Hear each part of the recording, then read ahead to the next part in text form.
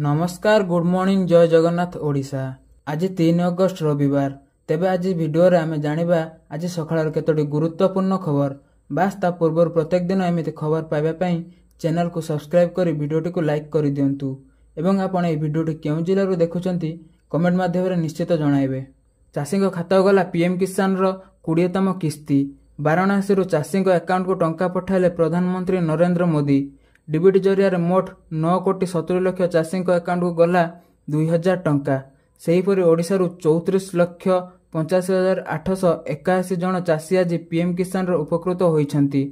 प्रधानमंत्री नरेंद्र मोदी एबे तांको संसद क्षेत्र रे वाराणसी गस्तरे जाइछंती, जेउठारे प्रधानमंत्री किसान सम्मान निधि रो 20तम किस्ती लोकार्पण करिथिबा बेले प्राय 2183.45 कोटी टंकार बाउंटी प्रकल्प उद्घाटन एवं शिलान्यास मध्य करिसेंती। परवर्ती खबर दिने देशरु मानचित्ररु हटिजिव हिमाचल प्रदेश। एबेठारु हिमाचल प्रदेश को नहीं चिंता न कले भयावह परिस्थिति एभली कही चिंता प्रकट करिबा सह चेतावनी देइछंती सुप्रीम कोर्ट। हिमाचल प्रदेश रे बढ़ुथिबा प्राकृतिक विपर्यय को लक्ष्य करी एमिति कहिसेंती सुप्रीम कोर्ट। विकास आଳରେ हिमाचल प्रदेश परिवेश बिगुड़थिबा बेले राज्य उपर जलवायुर परिवर्तन विपज्जनक भावे घटुथिबा देखिबाकू मिलिछि। निरंतर विकास प्रक्रिया सबुज वातावरण एवं सबुज बनानी नष्ट करुछि।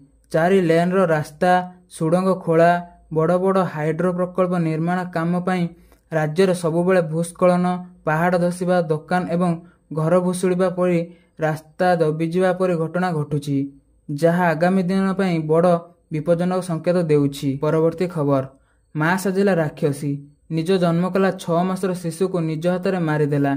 एही बड़ी हृदय विदारक घटना देखा मिली मुंबई रे। चेंबूर तिलक नगर अंचल जड़े 43 वर्षीय महिला 6 मासर शिशु को तकिया साहाय्य श्वासरुद्ध कर हत्या करिसेंती। शिशु को हत्या करिबा परे महिला जनक अन्य जने महिला को मध्य आक्रमण करथिले। पुलिस अनुसार कंट्रोल रूम को एक कॉल आसीथिला। कुहा जायथिला जे जने महिला अन्य जने महिला को छुरी द्वारा आक्रमण करने को चेष्टा करुछंती। पुलिस ए विषय सूचना पाई घटनास्थल रे पहुंचीथिला। सेठारे पुलिस आक्रमणकारी महिला को गिरफ्त करिथिला। परवर्ती खबर बिहार रे नीतीश सरकार राज्यवासी विद्युत मागणा करिसेंती। बिहार रो सरकार कैबिनेट राज्य रे 1.67 कोटी घरोई ग्राहकों को 125 यूनिट मागणा विद्युत देवा को अनुमोदन करिसेंती। एही निष्पत्ति 1 अगस्त 2025 रु कार्यकारी होईछि। एही समय रे बिहार रो लोकमाने विद्युत जोगाण एही समय रे बिहार रो लोकमाने विद्युत जोगाणकारी कंपनी रु सेमानक मोबाइल रे एक स्वतंत्र वार्ता पाइछंती। मेसेज रे कुहा जायथिला साउथ विद्युत बंटन कंपनी लिमिटेड तथा SBPDCL राज्य रे सरकार जुलाई मासर प्रति मासरे 125 यूनिट पर्यंत घरोई विद्युत व्यवहार उपरे कौनसी शुल्क आदाय न करने को निष्पत्ति नेइछंती, जहा द्वारा आपण मानक विद्युत बिल रे अधिक आश्वस्ति मिलिबो। हेले मासको 125 यूनिट रु अधिक विद्युत व्यवहार हेले प्रीपेड मीटर बैलेंस रु कटिबो। परवर्ती खबर दुर्दांत अपराधी सुनील को एनकाउंटर। ब्रह्मपुर पुलिस जिला गोलछार थाना पक्षरु जणे दुर्दांत अपराधी सुनील नाहा को एनकाउंटर करा जायछि। ब्रह्मपुर एसपी को निर्देश रे थाना अधिकारी विवेकानंद स्वाई और तांको टीम अपराधी को एनकाउंटर करिथिबा जणा पड़िछि। परवर्ती खबर ओभाल टेस्ट रे भारतीय द्रुत बॉलर मोहम्मद सिराज एक बड़ कृतित्व हासिल करिसेंती। से महान बॉलर कपिल देव को रेकर्ड भांगिछंती। सिराज इंग्लैंड विपक्ष रे टेस्ट सीरीज रे तांको बॉलिंग रो प्राधान्य विस्तार करिसेंती। से सीरीज रो सबुठारु सफल बॉलर भाबरे उभा होइछंती।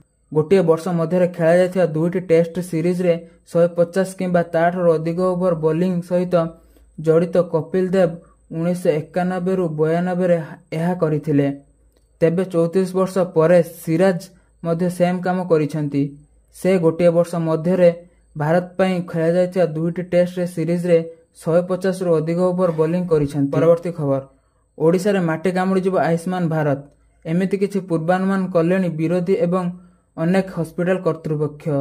कारण आयुष्मान भारत लोकों को आउ सेवा मिलुनी, एक प्रकार हलापटा हेबाकू पड़ुछि। अनेक हॉस्पिटल एबे आयुष्मान भारत कार्ड देखिबा मात्रे ଡରି ଯାଉଛନ୍ତି। ରୋଗୀଙ୍କୁ ରେଫର କରିଦିଆଯାଉଛି ଅନ୍ୟ ହସ୍ପିଟାଲକୁ। ରୋଗୀ ବିଚରା ଦହଗଞ୍ଜ ହୋଇ ଏ ହସ୍ପିଟାଲରୁ ସେ ହସ୍ପିଟାଲ ବୁଲୁଛି। ପରବର୍ତ୍ତୀ ଖବର, ଏକା ପଡ଼ିଯାଇଛନ୍ତି ବିରୋଧୀ ଦଳର ନେତା ରାହୁଲ ଗାନ୍ଧୀ। ନିଜ ଦଳର ନେତାମାନେ ବି ଦେଉନାହାନ୍ତି ସାଥ। ସଂସଦ ହେଉ କି ସଂସଦ ବାହାରେ ଏବେ ରାହୁଲଙ୍କୁ ନିଜ ଦଳର ନେତାମାନେ ସମର୍ଥନ ଜଣାଉନଥିବା ଦେଖିବାକୁ ମିଳିଛି। ଏହି ଯେମିତି ଭାରତ ଏକ ମୃତ ଅର୍ଥନୀତି ବୋଲି ଡୋନାଲ୍ଡ ଟ୍ରମ୍ପ ଦେଇଥିବା ମନ୍ତବ୍ୟକୁ କଂଗ୍ରେସ ନେତା ରାହୁଲ ଗାନ୍ଧୀ ସମର୍ଥନ କରିବା ପରେ ତାଙ୍କ ଦଳର ସାଂସଦ ଶଶି ଥରୁର ଏହାକୁ କଡ଼ା ସମାଲୋଚନା କରିଛନ୍ତି। ପରବର୍ତ୍ତୀ ଖବର, ରାଜ୍ୟସଭାରେ ବଢ଼ିଲା ବିଜେପିର ବଳ। ଉପରାଷ୍ଟ୍ରପତି ନିର୍ବାଚନ ପୂର୍ବରୁ ସଂସଦରେ ଉଚ୍ଚ ସଦନରେ ବିଜେପିର ବଳ ବଢ଼ିଛି। ରାଜ୍ୟସଭାରେ ଦଳର ସାଂସଦ ସଂଖ୍ୟା 100 ଅତିକ୍ରମ କରିଥିବା ବେଳେ ଏବେ ଏହି ସଂଖ୍ୟା 102ରେ ପହଞ୍ଚିଛି। ନିକଟରେ ଉଜ୍ଜ୍ୱଳ ନିକମ, ହର୍ଷବର୍ଦ୍ଧନ ଶୃଙ୍ଖଳା ଏବଂ ସି ସଦାନନ୍ଦନ ମାଷ୍ଟର ମନୋନୀତ ସଦସ୍ୟ ଭାବେ ରାଜ୍ୟସଭାରେ ସାମିଲ ହୋଇଥିଲେ। ଆଉ ଏହାପରେ ରାଜ୍ୟସଭାରେ ବଢ଼ିଛି ବିଜେପିର ବଳ। ପରବର୍ତ୍ତୀ ଖବର, କେନ୍ଦ୍ରାପଡ଼ା ଜିଲ୍ଲାର ଆଳି ବ୍ଲକରେ ବନ୍ୟା ବିପନ୍ନକୁ ତୁରନ୍ତ ସରକାରୀ ସହାୟତା ପାଇଁ କଂଗ୍ରେସ ପକ୍ଷରୁ ଦାବି। ବନ୍ୟା ପ୍ରଭାବିତଙ୍କୁ ଯଥାଶୀଘ୍ର ରିଲିଫ, ସ୍ୱାସ୍ଥ୍ୟସେବା, ପାନୀୟ ଜଳ, ଗୋଖାଦ୍ୟ, ଚାଷୀଙ୍କ ଋଣ ଛାଡ଼ ଏବଂ ସମସ୍ତ ସହାୟତା ଯୋଗାଇ ଦେବାକୁ କଂଗ୍ରେସ ପକ୍ଷରୁ ଦାବି କରାଯାଇଛି। ଆଜି କଂଗ୍ରେସର ବିଧାୟିକା ପ୍ରାର୍ଥିନୀ ତଥା ରାଜ୍ୟ ପିସିସି ସାମ୍ପାଦିକା ଦେବସ୍ମିତା ଶର୍ମାଙ୍କ ନେତୃତ୍ୱରେ ଏକ ଟିମ୍ ପୂର୍ବାହ୍ନ 11ଟାରେ ମୁଖ୍ୟମନ୍ତ୍ରୀ ଉଦ୍ଦେଶ୍ୟରେ ଏକ ଦାବିପତ୍ର ଆଳି ଅତିରିକ୍ତ ତହସିଲଦାର ମାନସ ରଞ୍ଜନ ସ୍ୱାଇଁଙ୍କୁ ପ୍ରଦାନ କରିଛନ୍ତି। ପରବର୍ତ୍ତୀ ଖବର, ଏଫ୍ଏମ୍ କଲେଜର ଛାତ୍ରୀ ଆତ୍ମାହୁତି ମାମଲା ଏବଂ ବଲାଙ୍ଗୀ ନାବାଳିକାକୁ ପୋଡ଼ିଦେବା ଘଟଣା ମନରୁ ଲିଭିନି ପୁଣି ଏକ ଆତ୍ମାହୁତି ଘଟଣା। ବିଲ ମଝିରେ ପେଟ୍ରୋଲ ଢାଳି ମହିଳା ଓ ପୁରୁଷ ଆତ୍ମାହୁତି ଉଦ୍ୟମ। ମୟୂରଭଞ୍ଜ ଜିଲ୍ଲାର କରଞ୍ଜିଆ ଚରୁଆଁ ଥାନା ଖିଚିଂ ଗାଁରେ ଏଭଳି ଅଭାବନୀୟ ଘଟଣା ଘଟିଛି। ଉଭୟଙ୍କୁ ଗୁରୁତର ଅବସ୍ଥାରେ ଉଦ୍ଧାର କରି ସୁକ୍ରୁଳି ମେଡିକାଲ ଭର୍ତ୍ତି କରାଯାଇଥିଲା, ହେଲେ ମେଡିକାଲରେ ଚିକିତ୍ସାଧୀନ ଅବସ୍ଥାରେ ମହିଳାଙ୍କର ମୃତ୍ୟୁ ଘଟିଛି। ପରବର୍ତ୍ତୀ ଖବର, ସେୟାଁରା ରିଲିଜର 15 ଦିନ ପୂରଣ କରିଛି। ଫିଲ୍ମଟି ବକ୍ସ ଅଫିସରେ 400 କୋଟି ଟଙ୍କା ଆୟ କରିଛି। ଆହାନ ପାଣ୍ଡେ ଏବଂ ଅନିତ ପଣ୍ଡାଙ୍କ ଏହି ପ୍ରେମ କାହାଣୀ ଯୁବପିଢ଼ିଙ୍କ ଉପରେ ଏକ ଭିନ୍ନ ଯାଦୁ କରିଛି। ସେୟାଁରା ବିଷୟରେ ସବୁଠି ଆଲୋଚନା ଜୋର ଧରିଛି। ସୋସିଆଲ ମିଡିଆରେ ଏନେଇ ଟ୍ରେଣ୍ଡିଂ ମଧ୍ୟ ଚାଲିଛି, ଯାହାଫଳରେ ଫିଲ୍ମଟି ପ୍ରମୋସନ ବୃଦ୍ଧି ପାଇବା ସହ ଏହାର ରୋଜଗାର ମଧ୍ୟ ବୃଦ୍ଧି ପାଉଛି। ପରବର୍ତ୍ତୀ ଖବର, ଆମେରିକା ରାଷ୍ଟ୍ରପତି ଡୋନାଲ୍ଡ ଟ୍ରମ୍ପ ଭାରତ ରୁଷ ତୈଳ ଆମଦାନୀ ବନ୍ଦ କରିବା ସମ୍ଭାବନାକୁ ସ୍ୱାଗତ କରିଛନ୍ତି। ଏହାକୁ ଭଲ ପଦକ୍ଷେପ ବୋଲି ଟ୍ରମ୍ପ ଗଣମାଧ୍ୟମ ଆଗରେ କହିଛନ୍ତି। ୟୁକ୍ରେନ ମଧ୍ୟ ରୁଷରୁ ଆୟକୁ ହ୍ରାସ କରିବା ପାଇଁ ଆମେରିକା ରୁଷରୁ ତୈଳ କିଣୁଥିବା ଦେଶମାନଙ୍କ ଉପରେ ରାଜନୈତିକ ଚାପ ବଢ଼ାଇଛି। ପରବର୍ତ୍ତୀ ଖବର, ପୁଣି ଜବତ ହେଲା ଗଞ୍ଜେଇ। ଭୁବନେଶ୍ୱର ବିମାନ ବନ୍ଦରରୁ ଜବତ ହୋଇଛି ଗଞ୍ଜେଇ, ଯାହା ଆନୁମାନିକ ମୂଲ୍ୟ ପ୍ରାୟ 8 କୋଟି ହେବ। ସମସ୍ତ ଗଞ୍ଜେଇ ଥାଇଲାଣ୍ଡରୁ ଇଣ୍ଡିଗୋ ବିମାନରେ ଆସୁଥିବା ବେଳେ ଜବତ ହୋଇଛି। ଭୁବନେଶ୍ୱର ବିମାନ ବନ୍ଦରରୁ 8 କୋଟିର ଗଞ୍ଜେଇ ଜବତ କରିଛି DRI। ତେବେ ଏଥିରେ ସମ୍ପୃକ୍ତି ନେଇ ଜଣକୁ ଗିରଫ କରାଯାଇଛି। ତେବେ ଦର୍ଶକ ବନ୍ଧୁ, ଏହା ଥିଲା ଆଜିର କିଛି ଲେଟେଷ୍ଟ ଖବର। ପ୍ରତ୍ୟେକ ଦିନ ଏମିତି ଖବର ପାଇବା ପାଇଁ ଚ୍ୟାନେଲଟିକୁ ସବସ୍କ୍ରାଇବ କରି ବେଲ୍ ଆଇକନକୁ ଦବାଇ ରଖନ୍ତୁ। Bureau report, Odisha.